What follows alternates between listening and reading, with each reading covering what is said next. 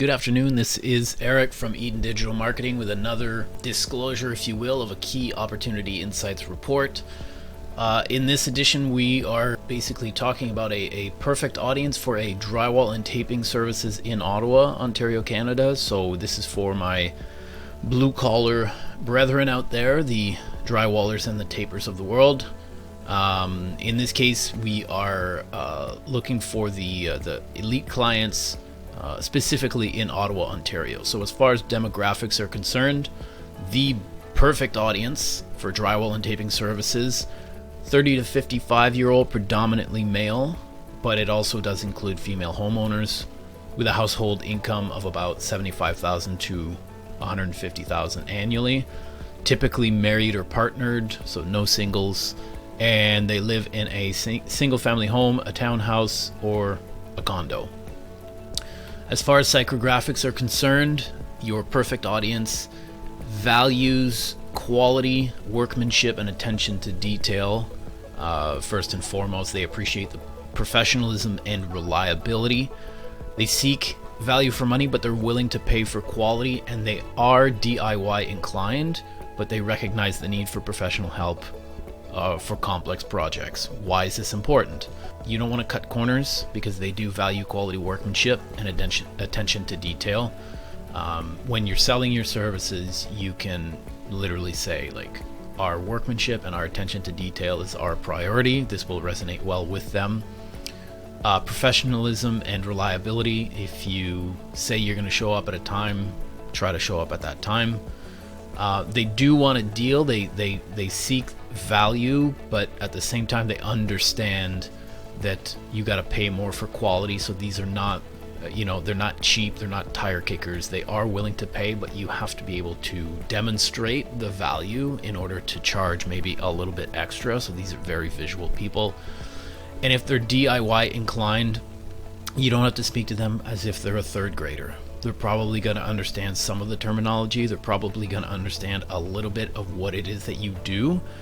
And they are simply not experienced in doing it themselves. Otherwise, they probably would do it themselves. So you can, keep that in mind when you are talking to them, explaining, the work itself. As far as behaviors and preferences, they're actively researching home improvement projects. Again, they like to know a little bit about what goes on as far as home ownership and home renovations.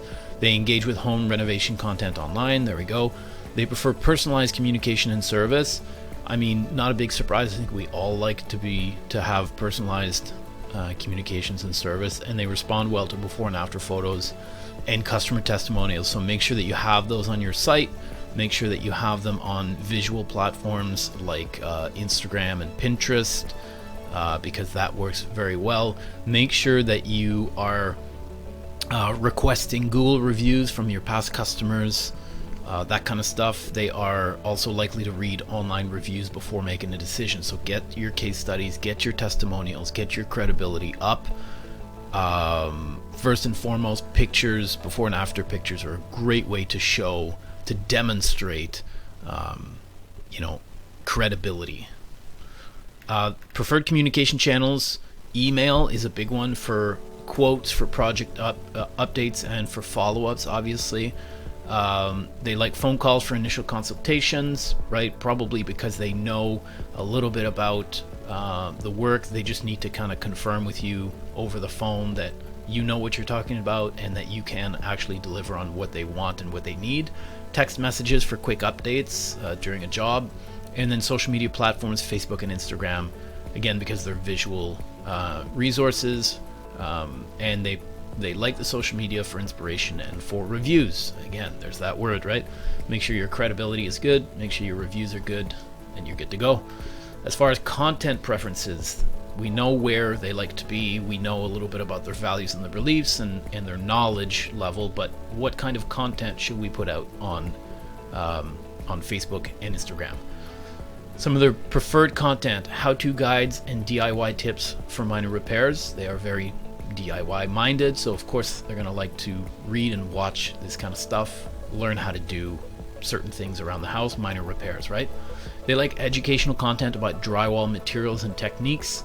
maybe new materials being used, innovations in that world, educational content about that kind of stuff.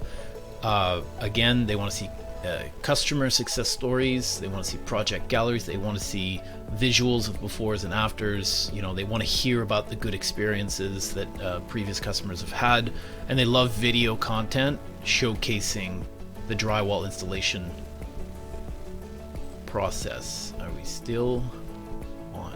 I think we are. There we go, we're back. Video content showcasing the drywall installation process. Very simple. You could have, let's say you work in teams of 2 or 3, you could have one person randomly throughout the day just pull out the phone and just kind of record the site that you're working on, and that could be a short video showing, the installation process. You could set it up on a stand if you want, just record it for 30 minutes, and then you would create a video, a sped up video for a short, just to show, the behind the scenes. That could be a good content idea there. And obviously you could use that on Facebook and Instagram as reels, right? So their purchasing patterns usually seasonal renovations, so spring and summer. Expect those 2 times to be your busiest. You probably already know this if you're in that industry. Often triggered by life events, new home purchase, growing family, and may start with smaller projects before committing to larger renovations. So maybe that could be a great segue into, well, how can I get a foot in the door job before I get hired on to do the big stuff, right? So you might want to kind of brainstorm what's a more of a minor kind of thing that I can get in there and do for them, just to demonstrate my credibility and my knowledge and my skill, and knowing that afterward they might stay and become a full-on client. Motivations and challenges, obviously their desire to improve the home aesthetics, their concerns about mess and disruption, and then their worries about finding trustworthy contractors. I think those are very legitimate motivations and concerns / challenges. So again, if I feel like if you can get in front of somebody's challenges and concerns and you can address them before they even have to ask, it'll just make the sale that much easier, and you'll be able to connect with them better, and they will trust you and like you better, and they will assume that you have the solution to their problem. So if you can get ahead of it and tell them, to avoid a mess and a disruption and this and that, we're going to do this, this, and this. We bring in this to cut the noise, whatever, right? Again, worries about finding trustworthy contractors. Listen, Mr. Smith, I know that this industry is riddled with scammy or shady stuff. I just want you to look at our reviews. I want you to look at our social, our testimonials, our case studies. We can be trusted. That might help a little bit. And then as far as effective marketing strategies, and I'll wrap up on this one, good ideas to offer a free, no obligation quote. I know everyone does that, but find a way to differentiate yourself when you do so. We saw earlier that they like to speak on the phone for initial consultations. Maybe it's in the language that you use. Maybe it's in the way that you speak to them. Maybe it's just the fact of knowing that they know a little bit about the terminology and you just using it right away, whereas everybody else would try to explain it to them as if they were a 5th grader. Maybe that's the only differentiator that you really need over the phone to make them feel like you're the candidate for them. Provide clear upfront pricing, right? We just talked about their worries about finding a trustworthy contractor. If you can be completely transparent and upfront with your pricing, you're off to the races. Emphasize the cleanliness and the minimal disruption, as I was mentioning. Maybe it's, you put tarps down, or maybe you put noise canceling stuff up. Figure that stuff out and tell them, because this is one of their challenges and concerns. You want to showcase before and after transformations. Instagram, Facebook, we know are their preferred communication channels. And then I would test between just pictures and videos. And like I said, videos can be 30 seconds, you know, one of your employees or yourself will just kind of take a quick recording of the room and the guy's working, and then that becomes a, you know, before, and then the after video can be, you know, like a zoom out of the room once it's nice and done, something like that, right?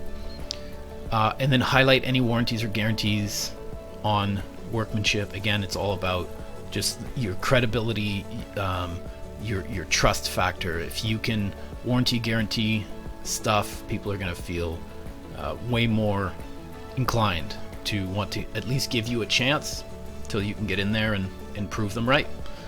So if you enjoyed something like this, if you are a drywall and taper contractor, I mean, feel free and use this information in Ottawa specifically. If you would like a COI report such as this one done up for your business, just leave me a comment or reach out and I'd be happy to do it for you. So with that, enjoy the rest of the day. See you on the next one.